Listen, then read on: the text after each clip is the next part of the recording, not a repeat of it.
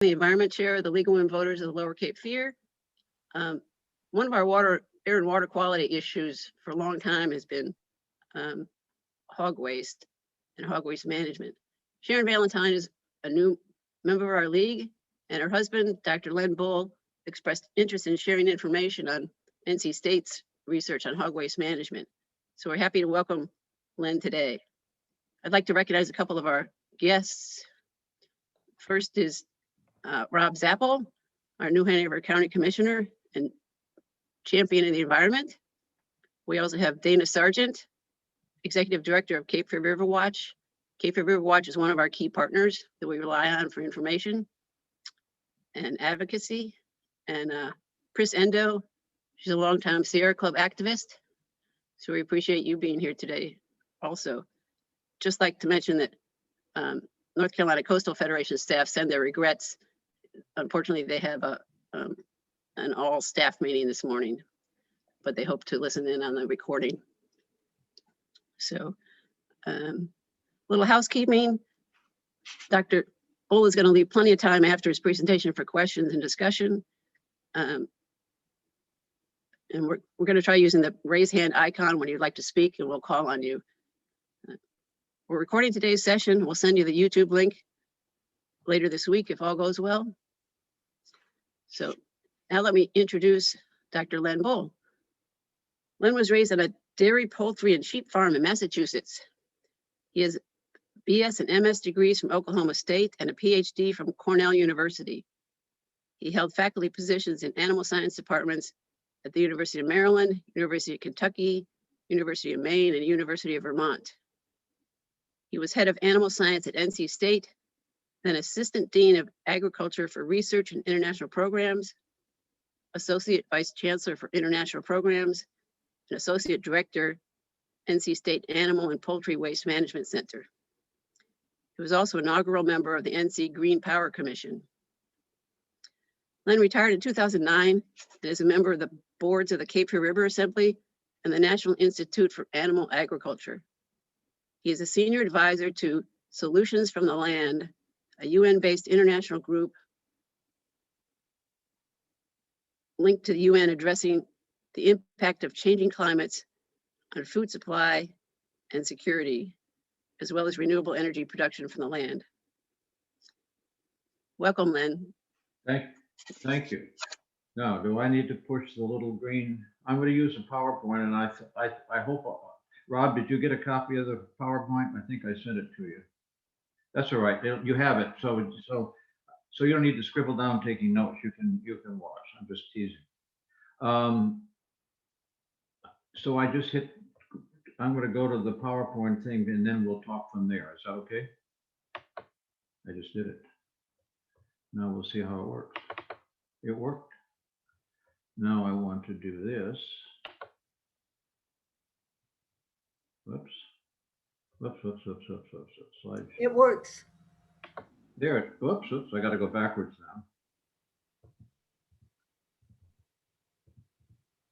now. Oh, yeah, but I want to get to the whole screen. There it is. Okay. This presentation, first of all, I never use written notes to make a presentation, but this is going to be from the context of my experience with the hog industry in North Carolina, which started on the 2nd and 5th of January, 1989, when I showed up as head of the animal science department. And when my secretary gave me my calendar for my little 3x5 card for the day and for the next day, the only item on the second day, which was the 3rd of January, was a drive to Rose Hill, North Carolina, to meet with Wendell Murphy. And that was before Interstate 40 was completed, so that was an interesting drive early in the morning. But anyway, but that's just a starting point. During the period of time that I spent the 20 years that I spent at North Carolina State University, I watched a sort of a growth curve happen in the hog industry of particularly in southeastern North Carolina, but to a little bit greater extent to a lot of the eastern half of the state.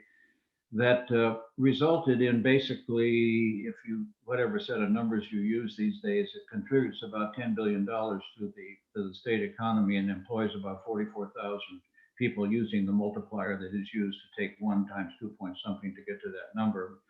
But it's an important industry.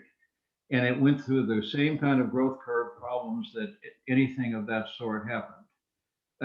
Took place, and the issues that have been generated as a result of that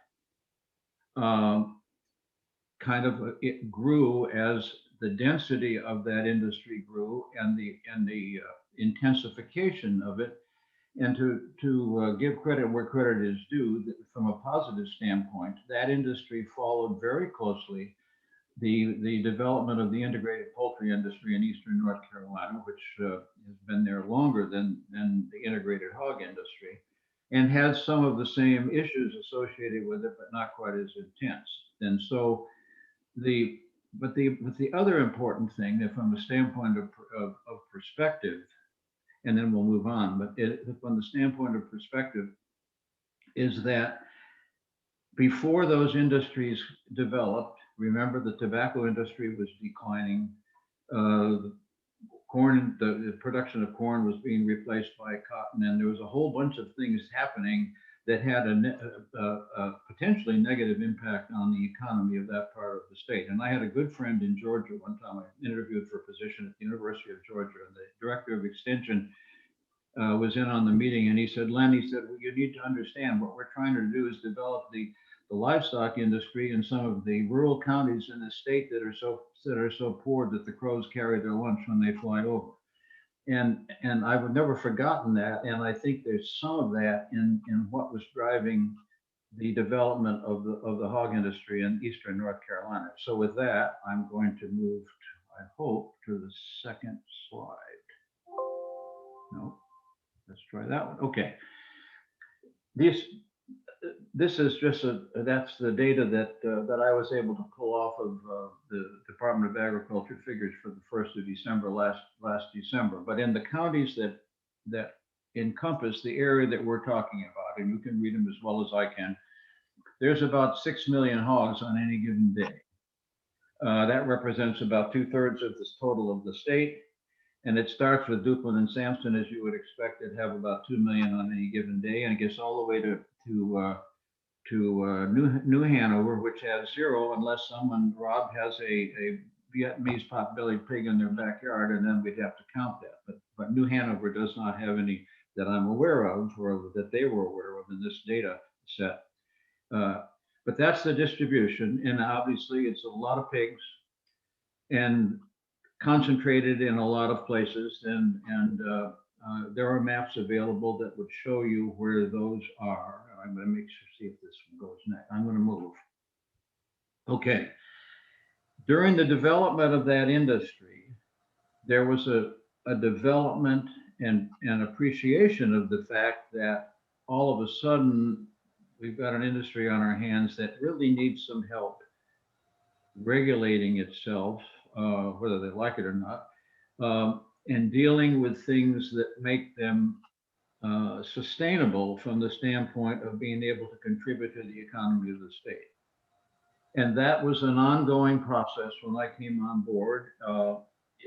And it was developing. When I got here, there were eight companies that were involved in some fashion or other in integrated production, which means the company, let's use Wendell Murphy as an example.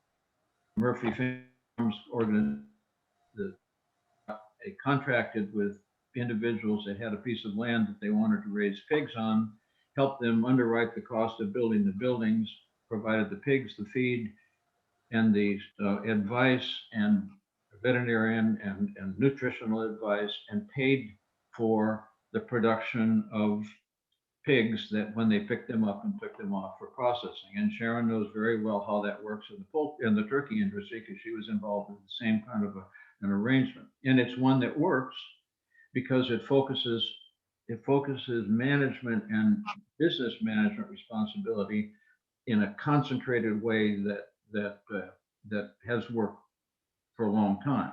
But what goes with it are the issues that that sometimes crop up, and the environmental issues are the ones that did. And so I'm going to jump forward to just before 1990.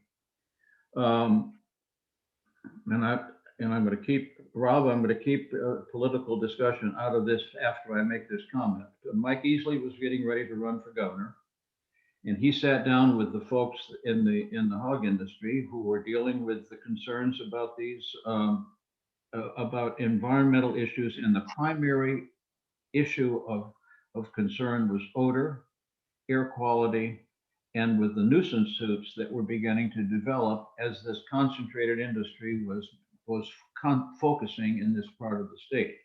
And an arrangement was made with Smithfield Foods and Premium Standard Farms to put up a fund of what turned out to be $17.5 million that would be intended to look for what I called a better mousetrap for handling hog waste. And the agreement was signed, and the information, or the organization and management of that was handed off to the chancellor of North Carolina State University, who handed it off to the Animal and Poultry Waste Management Center, which the head of poultry science and myself had helped form a few years ago, because we recognized the need for something to start overlooking what these issues were becoming. We were working on mitigating odor problems before this arrangement came up. But anyway, we were told that we would be responsible for running that program, and that's one of the websites. And you've got, I think if the thing works, yes. If you go to that blue lined site, that'll give you the complete copy of the complete agreement that was signed, with the details and who was responsible for what and how it's to be done. It was funded by Smithfield Foods, Premium Standard Farms, and another group called Frontline Farms. Premium Standard Farms was located in Missouri, but by then they had purchased the Lundy Packing Company, and so they were involved in the hog business in North Carolina. That was the Lundy Packing Company is in Clinton, or was in Clinton. But the primary odor of the whole process, well, it wasn't odor. The primary driver of the whole process was odor and nuisance suits. And there was an unwritten agreement that once this agreement was signed, there would be no further filed nuisance suits until this project or program was complete. Mike Easley got elected to be governor. The funding was provided. It was handled through the Attorney General's office, and so we worked. And I was then tasked to help run that program in the Animal and Poultry Waste Management Center. We worked very closely with the Attorney General's office in dealing with that. The process we set up was to send out widely, and it turned out to be globally, a request for proposals for people who wanted to come in and tell us how their mousetrap would work better than anybody else's, and how it would be tested and fully evaluated for performance. And we had a set of performance criteria that were both operational, economically feasible, and technically workable. We had 103 full proposals, and we piled them up on the floor in the office one day, and it came up to my shoulder. So we had a job to go through them, and we ended up reducing them to 18 full proposals, fully scaled proposals that would be involved in installation on fully operational hog farms. These are not benchtop projects. These are full farm operations. And so we went about that. And the expected performance of those things, whatever they turned out to be, was to be evaluated relative to what the state of the art was in 2000 when we put that together. I don't have time to go over the results. The links that I've provided for you have that, and if you want to read all the information on every sample that was taken and all the results, excuse me, they are there. But it turned out that we reduced that to 18 projects, which we put in place, and over that period of time, we did the evaluation of them. If I hit enter, it should do. Now, in case you've never been in a hog farm, that's what it looks like. That barn probably has 1,500 head of hogs in it. But the important things that I want, a couple of things. If you look at the floors that the animals are standing on, they're slats, and the waste and everything that appears on the top side that can be pushed through those slats goes into a slat. And at the far end, and the feeders are there, and the waterers are there, the drinking fountains are there. At the far end of those buildings, on each side of the divider, is a tank of about 500 gallons, from which water is pumped off the top layer of the lagoon that I'm going to show you in a minute to fill that tank, and it works like your toilet bowl on a timer that can be anywhere from hourly to once a day or whatever.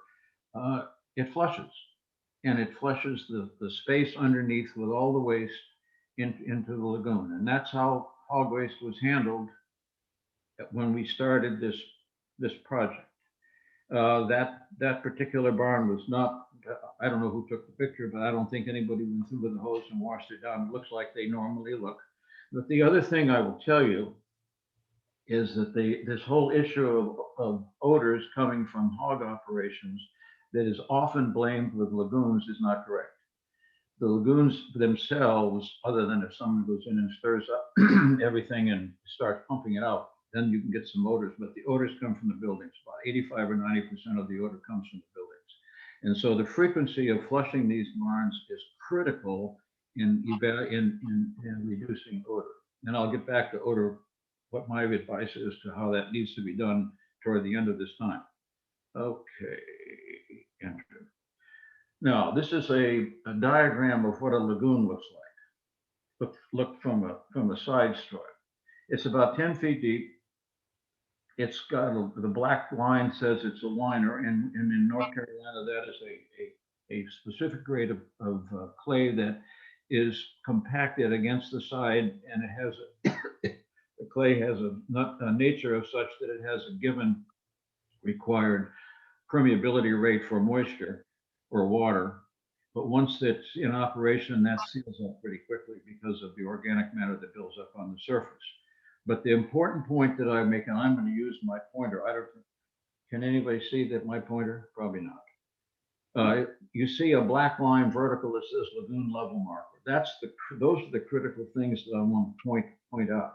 This is an anaerobic digestion system that breaks down the material that comes in out of the flush line from the barn by microbial action.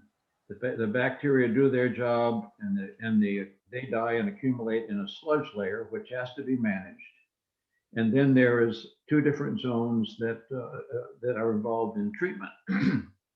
The critical point relative to environmental management of these is really the set of things that are up here on the upper right corner. The freeboard, which is the space between the top of the lagoon and the surface, the maximum surface, and then some figures that are put in there for storm rainfall production, 25-year, 24-hour storm, and so forth.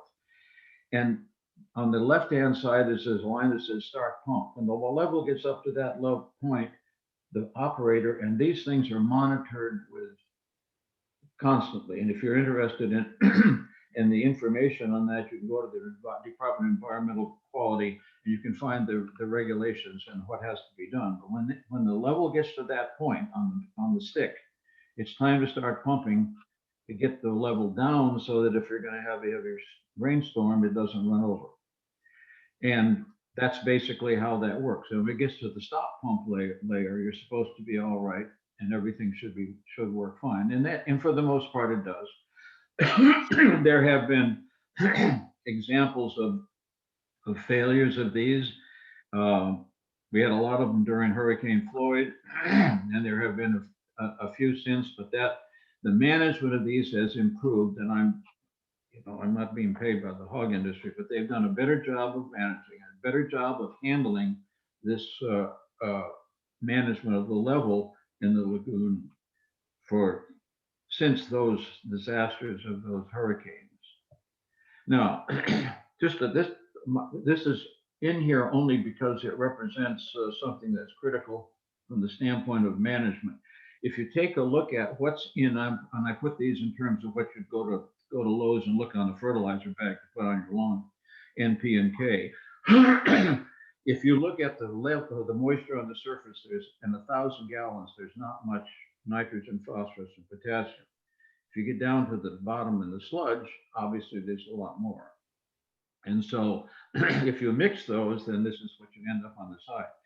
But the point is that this material is traditionally been applied to land in response to a nutrient management plan, which is to say, okay, if you're growing X, how much NP and K does it need, like your lawn, and how much of this stuff can you put on to make that happen? And those data are required to be maintained along with samples and analysis and so forth.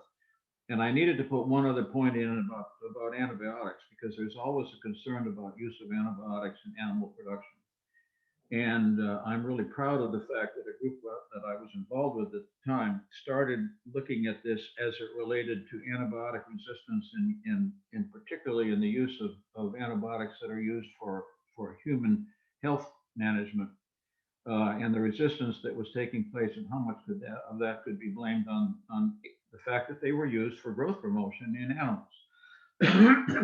Anyway, the long and short of it was 11 years ago when we started that, it finally got to the point on the 1st of January 2017, and that extra zero was a mistake. It is no longer legal to use for non-therapeutic use in animals antibiotics that are used in human medicine. That's banned by the Food and Drug Administration, so I'm proud of that. Anyway, so that's why that's there. But that's the composition of the stuff that's in these lagoons. So I'm kind of moving pretty fast.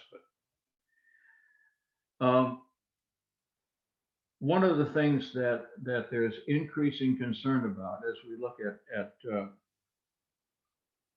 look at environmental changes is the fact that as the sea level rises, water levels rise, and particularly on coastal areas, as we're well aware, the rivers rise. And if you don't think so, go down on the waterfront in Wilmington at a king tide or whenever, you can see what happens.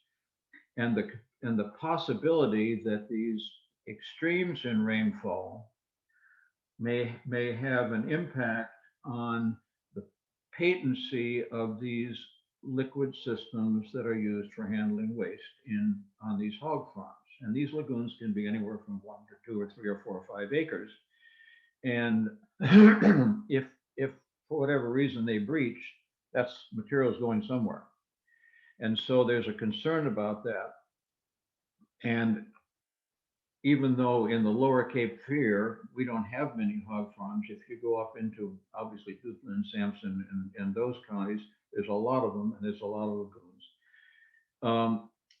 But the other thing of concern is that we are now moving, as we look at the environmental changes that are about us,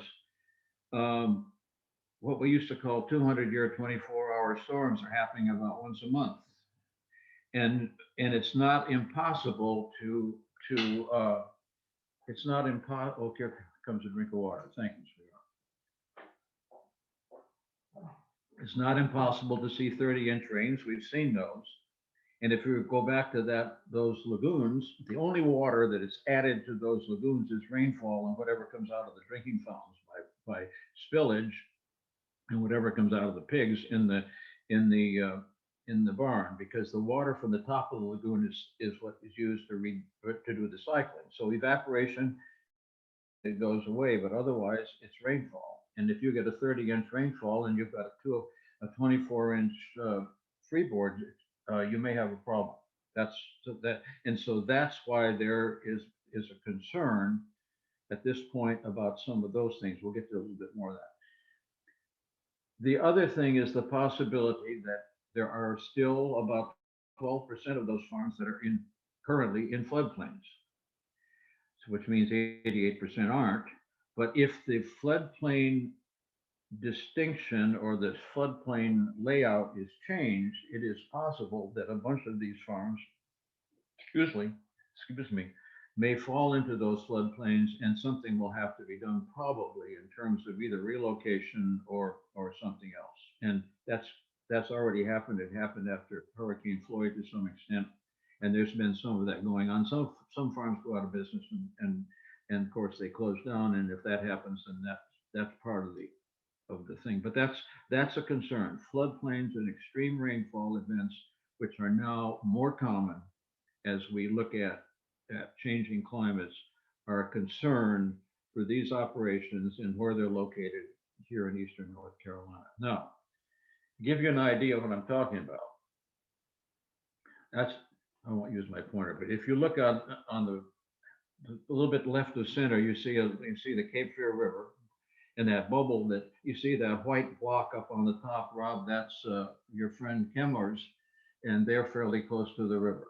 We're not going to talk about them today. The little bubble below that is one of the locks and dams in the river, and the Cape Fear comes down. But the point I'm going to make is there are two hog farms in this slide, and I do need to point out that if you look at the upper right-hand corner where there's a light series of blocks, that's Sharon and her late husband's old farm. They had a 6,000-acre farm where they raised 1 million turkeys a year on that, and those are the footprints of old turkey houses. We're not talking about turkey houses today, but right next to them is a hog farm. It's about 4 miles from the river. That's probably not going to be impacted. But down at the bottom, where you see 3 little pink, those are sulfur bacteria activated lagoons on a hog farm, that one's pretty close.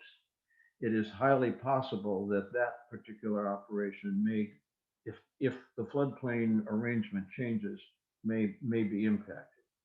And so that's kind of an overview of what the landscape looks like. But I wanted to put that in there just because it gave me an opportunity to point out one that's probably safe and one that's probably not safe. Whoops.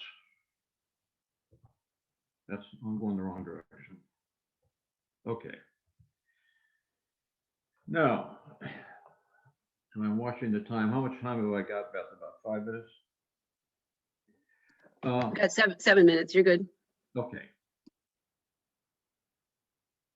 Let me move this a little. Okay. These are some things that I just want to make sure to cover. There's now a moratorium on, and it has been for about 10 or so years, on the construction of any new lagoons in North Carolina, and any new facilities that are built have to include the application of, quote, new technology that doesn't result in the possibilities of problems that are associated with some of the existing lagoons. Additional lagoon monitoring requirements and reporting regulations are in effect, and they have to be posted in all the hog farms. And as I say, if you're interested, go to the NCDEQ for specifics on that. My recommendation, and it's based on the trip that 7 of us made in 1993 to 1992 to the Netherlands, where we looked at how they're dealing with their animal waste issues in a highly populated country, and they use liquid waste handling, but they inject it immediately into the soil, so that, and the requirement in those countries is that you can't finish the job at the end of the day unless you've done that with it, however you do that.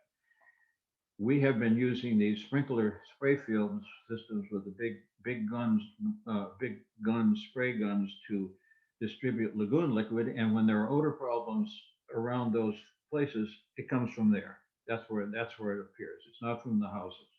It's from the lagoon liquid that's aerated, and that needs to stop.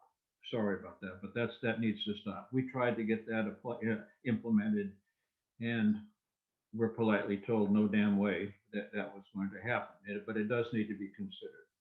And then to get to a point that I think that you're interested in, and that is the use of lagoon covers and covered lagoons. Covered lagoons have been around a long time. When I came to North Carolina State University at the Randy Dairy Farm and in Nightdale, we had a covered lagoon that we collected gas and burned to heat all the water for that dairy operation. It's not new, and there's hundreds of them around the country that are on animal operations that are collecting biogas and using it for electricity generation. But in addition to that, a covered lagoon also collects the rainwater and keeps it separate from the lagoon material, and it can be pumped off. It can be pumped to a retention pond, and looking out the window where I'm sitting, I can see two retention ponds close to the Del Webb subdivision that we live in that catch the impervious surface water as it runs off, and that's the same concept. And so collection of rainwater is a benefit of putting a cover on a lagoon, and these are water impervious. They reduce the odors from lagoons because they keep the stuff that might be otherwise come out from coming out. And they also allow you to collect the anaerobic gases, methane and carbon dioxide, and a little bit of ammonia. There's not much ammonia emission from a lagoon. And if that can be converted to electricity and carbon dioxide, and the ammonia is and during that process is normally converted mostly to nitrogen gas, which composes about 78% of what we're breathing right now in the atmosphere. And so there's a lot of benefits from that. And in addition to that, because the utility companies have increasingly adopted portfolio standards that require consideration of renewable energy, which this is considered. There's an opportunity to market stop that. There's an opportunity to market. Why is that doing that? That gas or through electricity through the utilities. In addition to that, if you have a large enough operation, and there's one that I know that you're interested in eastern North Carolina. Oops, I got to get this back. I'm sorry. I can't get that bottom thing on my screen to go away. To scrub that to produce pipeline quality gas by taking out the carbon dioxide, the sulfur dioxide that may be in there, and if there's any ammonia, which probably there isn't at that point, and pump it into the gas line. The state of California is leading the nation and probably the world in doing that with their large dairy operations in California, and it's working very successful. And I need to move this up just a little. Whoops, I can't do it. I'm sorry. I cannot get rid of. That's not the one I want. Anyway, these are things that I think need to be considered. Now, let me just finish with one last comment. As part of the agreement that was signed by Mike Easley in the agreement with the Smithfield Foods and Premium Standard Farms and Frontline Farmers, there would be, in addition to $17.5 million, which is what we managed, $2 million a year for 25 years that would be put into a fund that was to be applied for environmentally related things, and that was to be handled by the Attorney General's office. The interpretation of what that said got a little bit loose over time, and that has now been gathered back up into a little bit tighter package, and there's still some money in there, and I know that there's some money that has been used and secured for some projects at UNCW. And the idea behind that it was that it was to also require that any technologies that were evaluated, and I'll finish my comments with that project. We did the 18 projects and we looked at all of them. All of them that we looked at were technically feasible. They all worked, could work. When they were looked at in terms of could they be as economically competitive with what was being done, which was basically pumping water uphill and letting it run downhill, which is a fairly inexpensive way of doing things, the answer was no. And so there may be pieces of those that were installed on farms that are still being used, but I'm not aware of very many, if any, new of the technologies that we evaluated uh, that have been applied. And there was to have been a requirement that would be an implementation of the ones that worked um, on the company-owned farms. But right now, I don't know that there are any company-owned farms in North Carolina. I think that's a moot point. But anyway, there's still stuff out there that can be done. I think that there are ways that the industry can step up a little bit more aggressively and do things that fit the fact that they're operating a business that's competitive with other places. And I think the benefit of that industry to Eastern, particularly North Carolina, from an economic standpoint, is substantial. And so all of those things have to be balanced together. And so with that, I think, yep, my time is up. And if there are questions, and I have to put that slide up because for two reasons. It was taken off the back porch of the place we sold in Vermont last year. That's our 10 acres, a little farm.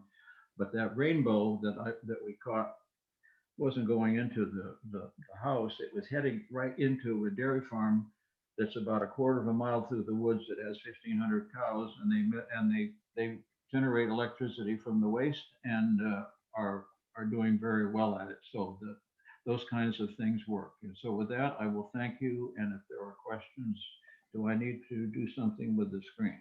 Sharon's raised her hand. Yeah, if you can stop sharing, that will be fine. Then we can see everybody again.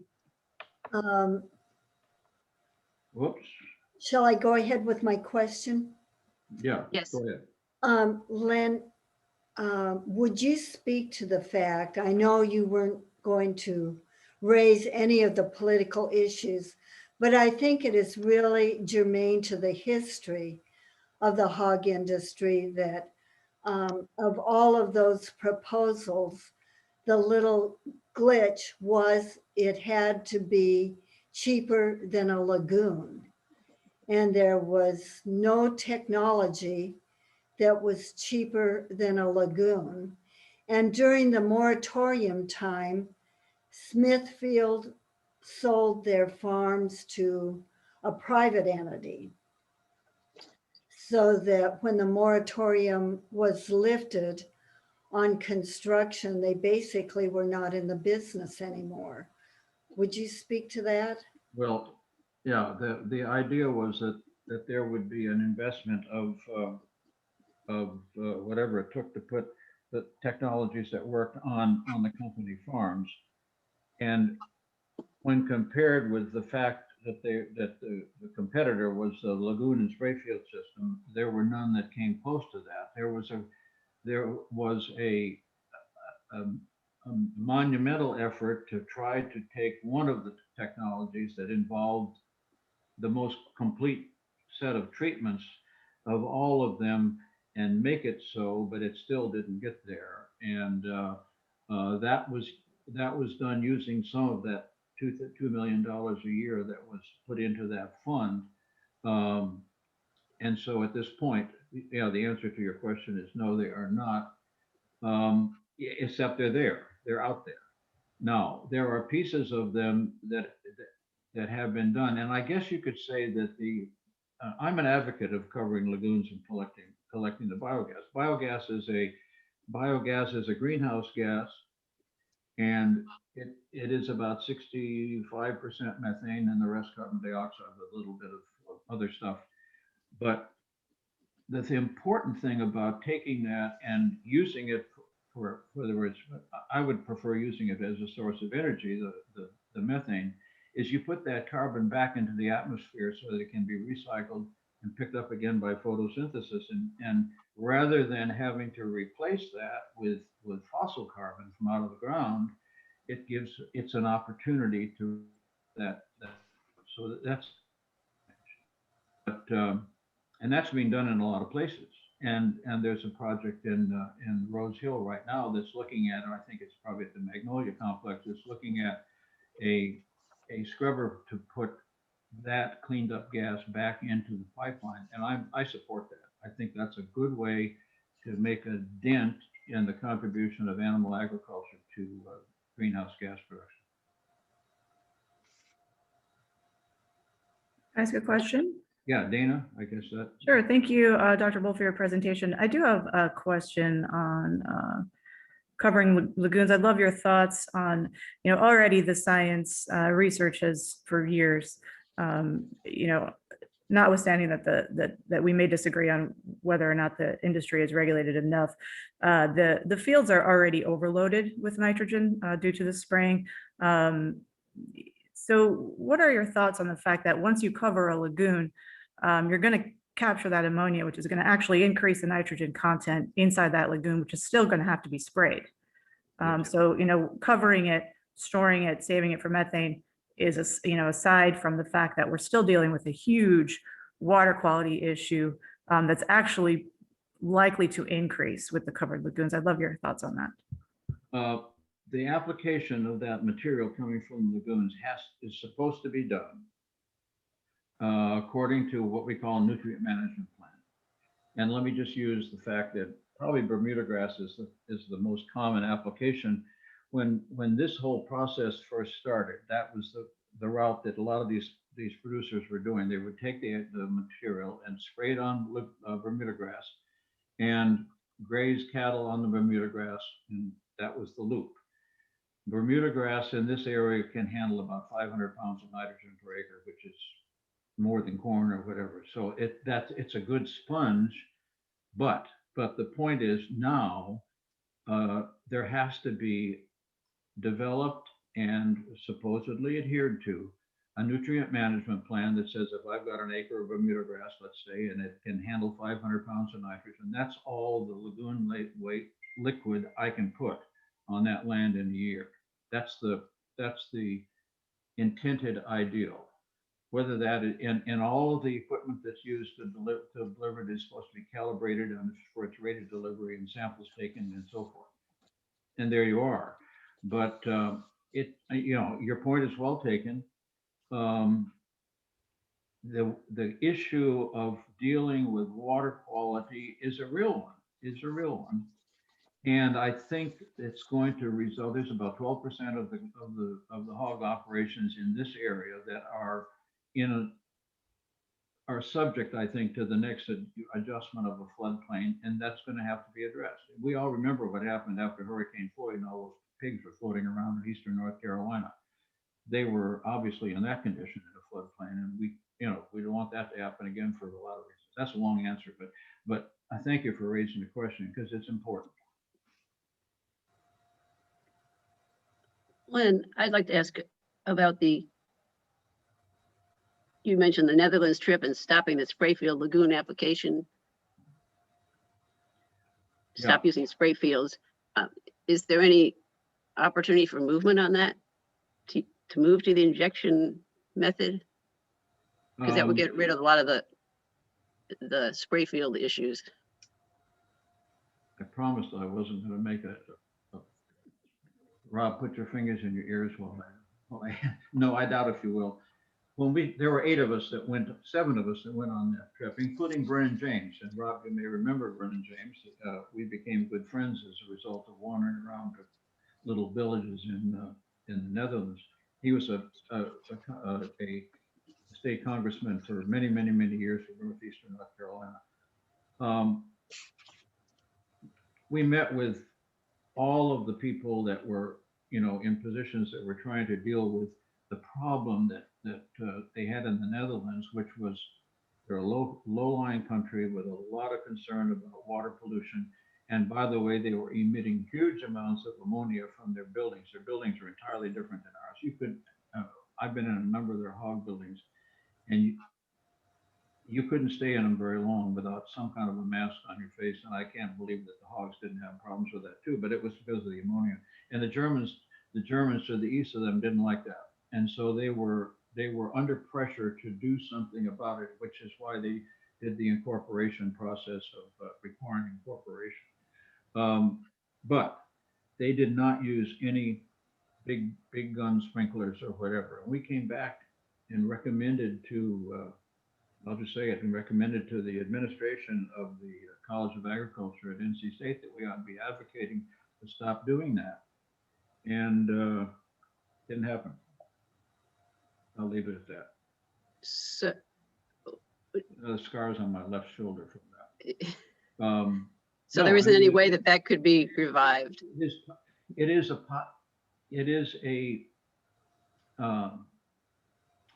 is a good neighbor process, if nothing else.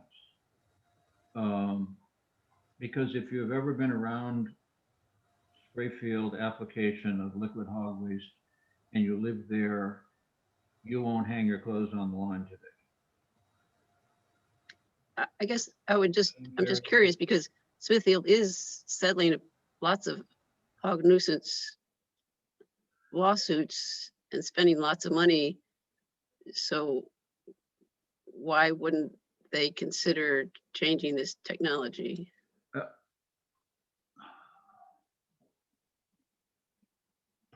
Well, the other difficult part of that, and I'm not dodging the answer to that question, but as we all know, the way that the economics, and you'd have to look at the reports, that the reports are all there. And I think, Beth, I sent you a list that had a whole bunch of other links that you can send them out if you want. The problem with the economic piece of that, and it's probably not unique, but whenever you have something new that you build, the first one costs more to build than the second. And that was, I think, and I can't give you a table that shows that, but I think that was part of the problem where none of the technologies that we evaluated that technically worked came close to meeting the benchmark that it shouldn't be any more expensive than what we're doing. And so you can be as cynical about that as you want. And I've been very cynical about it a number of times. And I think that there are some things there that can be used. And the covered lagoons and capturing the gas and putting it in the pipeline is one. There were some projects, there were a bunch of covered lagoon projects in those 18. And so there are pieces of that are being applied. It's not applied as widely as I think it should. Catherine? Since it comes down to economics, because I looked at the 5 finalists and information that you sent me, Lynn, and the high temperature anaerobic digestion and solids composting one looked fabulous to me because it created all sorts of good things and did good things for everybody.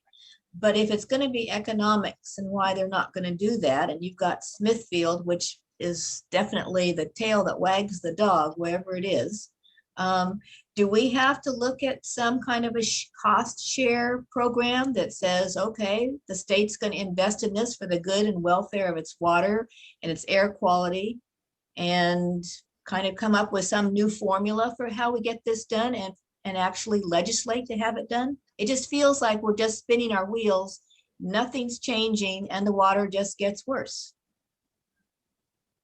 I think that there's probably, I think what you just said makes a lot of sense. And let me give you an example of one that worked. There was a surrounding of Lake Okeechobee in Florida by a bunch of large dairy operations, and they were having an adverse impact on Lake Okeechobee. The state of Florida put together a program where they helped pay to move those farms to other locations. And most of them, I think virtually all of them are gone now. They've been moved. I think, and I can't remember when it was started, but because it was after I retired, but I think there has been a plan to help farmers relocate hog operations, a little bit of money. I don't know if it came out of the $2 million a year that the Attorney General's office managed or not, but there has been a little bit of that, but not much. Sure. The answer to your question is yes.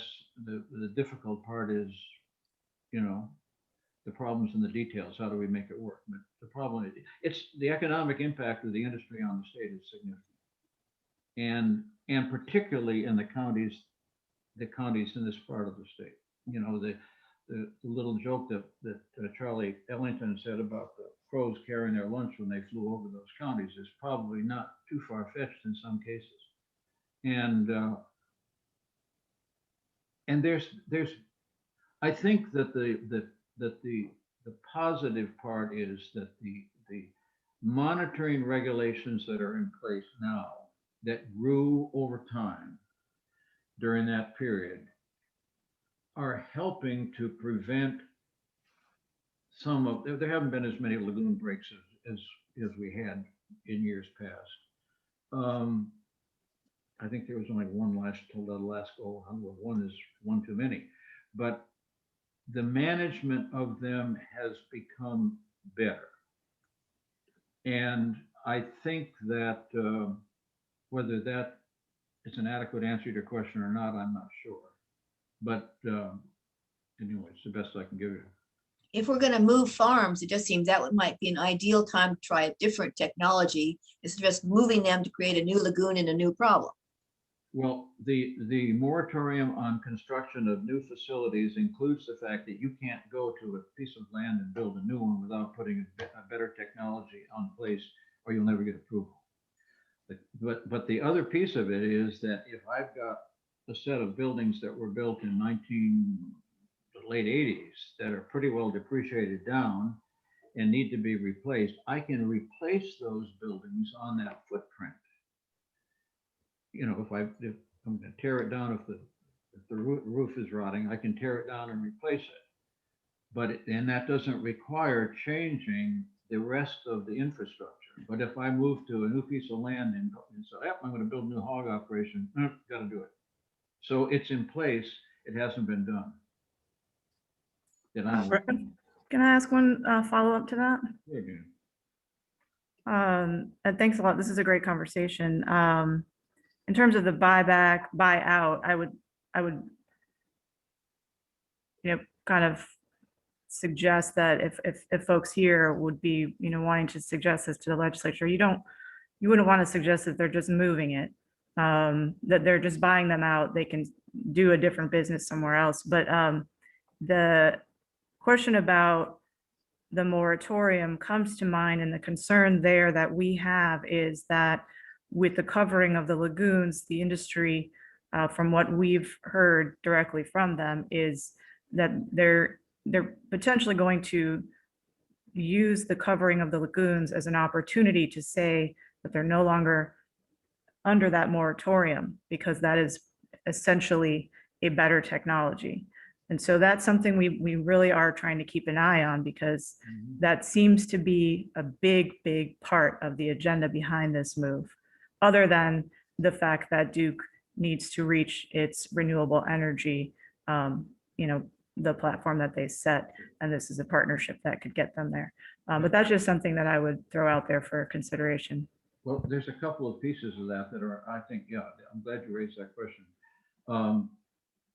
Covering the lagoon, there are two benefits. You can then collect a greenhouse gas, which, excuse me, may or may not be impacting you or me immediately. The methane goes in the atmosphere, and it's not as long-lived as carbon dioxide in the atmosphere, but it's 23 times as much as effective as carbon dioxide as a greenhouse gas. So if you can collect that and it did nothing but flare it. I mean, if your sewage treatment plant is doing it, if you see a flare, that's what they're doing. And so that could be done, but there's no economic return to that unless you convert it to electricity and market it. So that's a benefit. The odor issue is improved, although the lagoons are a minor sort. In terms of, and I didn't mention this, but we were involved in a project. The Attorney General in Missouri had a consent order with the hog industry in Missouri, and Mike Williams, who was the director of the center, and myself were involved in a lot of that stuff that they were doing. And one of the things that they did very effectively to reduce odors in hog farms in Missouri was to take bales of hay. Remember, the odor material comes out. The odor chemicals piggyback on particulates of dry material, whether it's dandruff from pigs or whatever it is, and it gets blown out into the air. And if they land on your clothes, when you get home, you'll know that you had them, and that's how it got there. And so what they did in Missouri effectively was that if you've looked at a hog barn, you'll see these huge fans at the end, and they're moving a lot of air through those barns to keep the environment in the barns conducive to the health of the pigs. But they piled up rows of bales of hay about 10 or 15 feet away from those fans, so that those fans blew directly on those bales of hay, and they reduced the odor leaving the boundaries of those farms substantially. That could be done here. I'm to say that because many of these farms make hay, bale hay.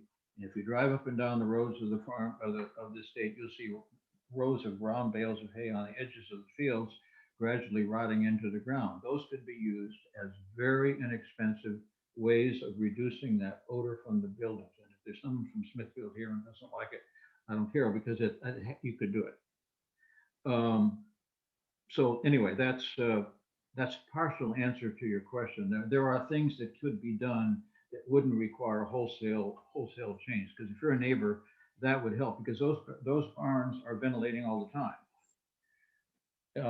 If the material is sprayed on the fields, it's only done a couple times, maybe a couple times a year.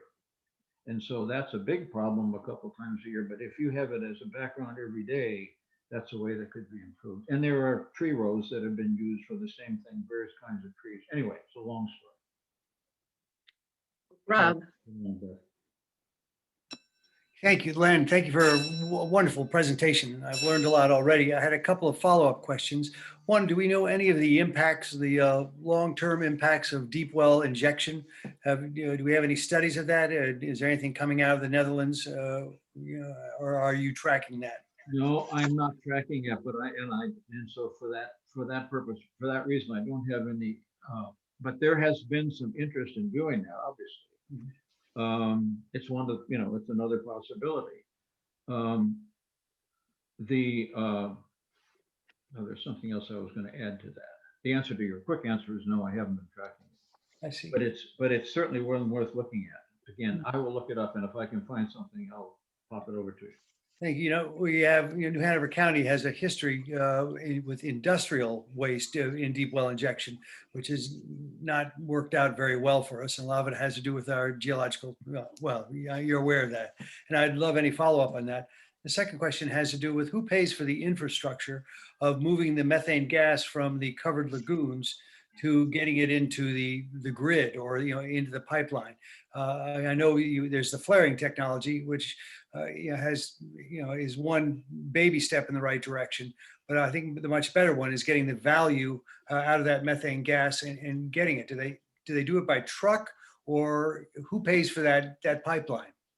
I suspect, Rob, that the one that's in Duplin County is in a place where there's a concentration, and I'll get back to another piece of that in a minute, but the concentration that probably the gas is piped to the place where the scrubbing equipment of such scale, and then I don't know where the pipeline runs in Duplin County. I assume it runs there somewhere, and it can be put in. And of course, my feeling is, if I'm selling the gas, I should be the one paying for getting it cleaned. Otherwise, you and I shouldn't be paying that if someone else is going to get paid for it. If that makes sense. There was an effort a long time ago, but it was in the 20 years ago, when a group of the hog producers, you're probably familiar with it, moved out to Utah and built a very large concentration of hog facilities out in the desert. And the idea was to do exactly what you said: cover the lagoons, capture the gas, bring it to a central processing plant, and make the methane into methanol, and truck the methanol to Texas to make into biodiesel fuel. And I'll just share with you the rest of the story, as Paul Harvey would have said.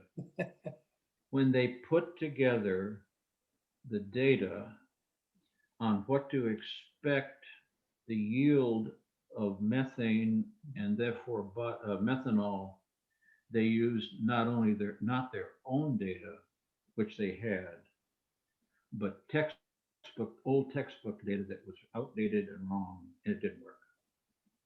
So if you want to, but they're revamping that facility now that the Chinese own the company. They are revamping that facility, and I think they're going back into hog production in Utah. I don't think they're going to make methanol. I think they're going to make pigs. Anyway, that's a roundabout answer. Thanks, Len. Sharon? Unmute. She's muted. I apologize. Oh, A muted again. comment and a quick question. We did look at direct injection when we were working with biochar, a USDA project that we were looking at on the farm, and found Winthrop had a beautiful piece of equipment that would take both poultry litter and the biochar, which is carbon sequestration, and put it directly into the ground. However, most farmers would have to think twice before investing $700,000 into a piece of equipment that most farms here, you know, the average farm is maybe 200 acres. So it becomes economy of scale for the farmer. And I would like to ask Lynn the question that there is, of course, Clean Air has objection to the gas being piped to a facility, I think it is in Duplin County, that will produce energy. And I think it is an objection based on the odor that would still continue. Do you have anything on that, Lynn, and why Clean Air North Carolina objects to that facility? No, and I should have dug into that before today, but and it's something I need to do. I suspect,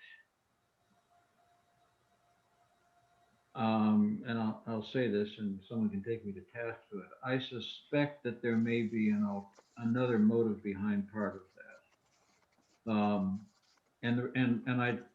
I'm not being critical of that group but there are lots of, maybe some of you sitting on this call are among them.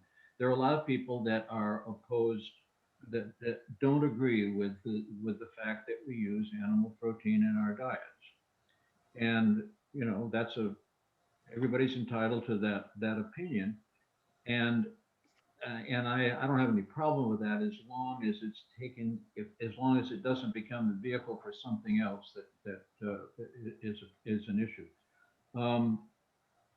My guess is that if those facilities, if they're in Magnolia or wherever, that's where the big complex of facilities is, in the village or city or town or whatever Magnolia is, not a very big one.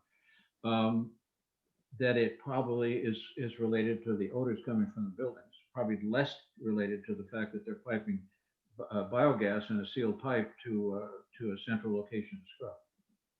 But that's a supposition. That's not a fact. I'd like to follow up on that, on Sharon's question.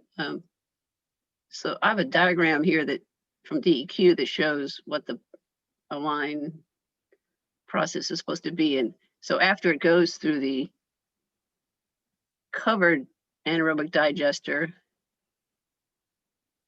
then that effluent goes to a secondary containment, and it says existing lagoon, and then land application of effluent. So it sounds like there's still going to be the uncovered open lagoon where the waste goes after the covered digester. Can you respond to that? I think I understand what that, yeah. In order to capture the gas, they're going to have to put a cover of, a rubberized cover over it. And once the gas is captured and the carbon is converted to, that's going to be collected, then the effluent from that could probably be stored in another lagoon type. There'd be some there would probably be some continued anaerobic digestion going on. If you look at one of the places, the links that I sent you that in that page, one that has a whole bunch of them, has to do with the Barham farm, BAHRAM farm in Smith, not in Smithfield, but in south of Raleigh anyway. And that was a farm in which I'm sorry to take this, to use this as an example, it'll take a minute. They had a covered lagoon, they collected the gas and made electricity.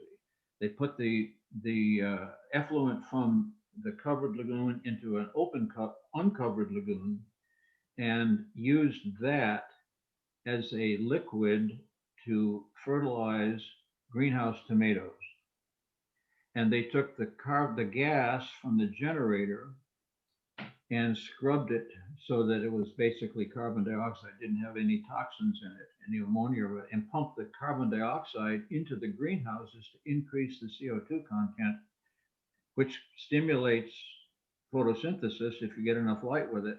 And they got about a 30% increase in tomato growth by doing that. And so I don't think that the group that's going to put gas in the pipeline is going to do that, but that's a similar kind of a situation. I don't remember, if you look at the Barham report, BAHRAM, Julian Barham, I don't think that there was an odor problem from those uncovered secondary holding ponds, because I don't know how much activity was going on. They weren't monitoring it. Anyway. But just a quick follow-up, then we'll wrap up.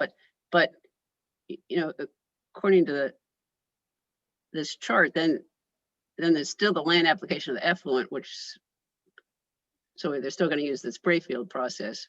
Well, is that your understanding? Yeah. My recommendation would be they sell the big gun spray things, and the equipment's available. There's several farmers in this state that are using it already, where you have tanks with a tank with injectors behind it.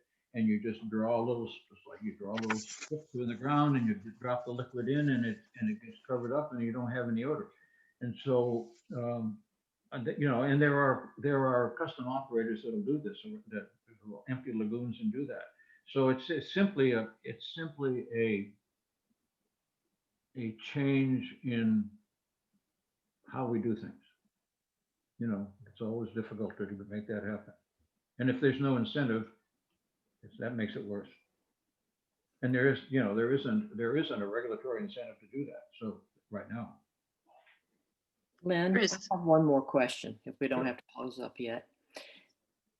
I think there's a feeling in the environmental community that there's a lot of secrecy around the operation of hog farms. You're right in the middle of that, and I think you can speak to it better than other people have. Through this whole process. But DEQ had meetings, gosh, with COVID in here. I don't know if it was, I think it was just 2 years ago. And some of us attended those hearings. One bone of contention is that the information state employees obtain from hog farms when they go around and do their monitoring is not open to the public to review. Is that true? That's what I'm hearing. And in these new rules, once again, they reinstated that not everybody could go to these farms and get that information, and they couldn't get it from DEQ either. There's a couple of pieces to that. I don't know why the information that DEQ has should remain private. It should be public information, my feeling. Rob, you may have an answer to that one, but I don't. I mean, if the information that's being gathered is correct, and if they're following the regulations, there should be no reason why it shouldn't be made available. But let me go back.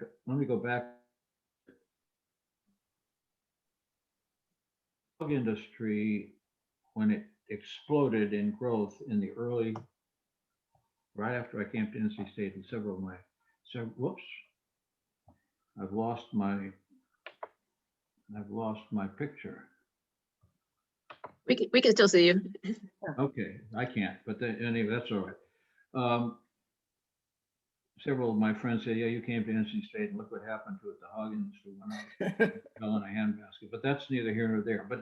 But there was a huge level of sensitivity about the attitude that probably was earned, that, you know, it's sort of like, when did you stop beating whoever?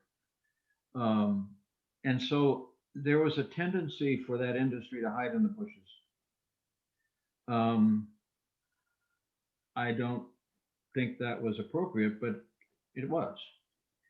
And so there we were. And so the concern about that criticism, or the concern about being blamed for that, probably caused that behavior to be generated. I saw it all the time. I'll just give you a personal experience. I was asked to give a talk in Conway, South Carolina. Is that right? There's a Conway. But to a group of people who were interested, and maybe opposed, but they were interested in the fact that there was going to be a hog farm developed in and around their area. And so I was asked to come down and talk about what the implications were. And I made a statement about some program that was ongoing, that one of the hog industry members was supporting, and it had to do with some environmental thing. I can't remember the details. But anyway, when I got back to NC State the next day, there was a call from the chancellor's office that said that they had gotten a call from somebody who had attended that meeting, that the chancellor needed to fire me right now because I made some statement that was not even the correct, it wasn't what I said. But there was that level of sensitivity about anything that was of concern. That has I think I can say it correctly, that has calmed down a lot. But there's still some stuff that needs to be done. Sorry, I can't see who's there, but anyway, and I'm not sure that's an answer to your question. Thank you. Best I can do. Okay, I don't see any more hands raised, so I appreciate everybody's time today, and thank you, Len, for a wonderful presentation. I know you said you're willing to, continue to engage with people going forward. Yeah. And if anybody has trouble finding those links to all that stuff, if you want to read it, and there was a comment about the high temperature anaerobic digester that was done at its 5 East Corners. That I was in fact, I wrote the report on that one, or any of the others. I'd be glad to share that with you, because I spent 10 years of my life at that, and it was a busy time, an interesting time. Okay. Sharon? Len, I suggest, because from the aspect of a farm, there is this constant animosity between farmers and environmentalists, honestly, that is calming down. But just like methyl bromide, there is support from the public to change something that disappears into our state agencies and simply disappears through powerful commissions. But I wish, if you want, Len would send you a link to Solutions from the Land that has an excellent presentation of two farmers working together on environmental issues that are also improving farming practices. And it will be part of the presentation that is done at the United Nations meetings. I think Lynn has that link if you would be interested. Yeah, I'll send it. Very around. interesting. Yeah, I'd be very interested. yeah. That would be wonderful. There's a lot, yeah, thanks for doing that, Sharon. There's a lot of, there's a lot of interest in all the way. I mean, we now have obviously a huge increase in the concern about where does my food come from and how is it raised? And who are the animals that give the milk that I'm drinking or whatever it is. And that's good because it means that questions that probably didn't ever get asked before and should have been are now being asked. And the whole business of the antibiotic thing came about for the same reason. There were, a day we didn't go by when there wasn't an editorial somewhere that said, 80% of the antibiotics produced in this country are fed to animals. Well, a lot of that is not used for human use, but the point was well taken, and it caused a reaction, and we picked it up, and I think we need to keep doing that. Lynn, I think that's a good place to stop because it leads to a segue that maybe we can have you speak sometime more directly to the work that's being done with solutions from the land. Sure. That could be Yeah. another topic that we could address. So Yeah, thank you very much, everyone, for tuning in. If you have questions, email Len or myself and I'll get them to him. Yep. And thank you, Len. You're very welcome. Glad to be here. Thank Glad you. to see all of you.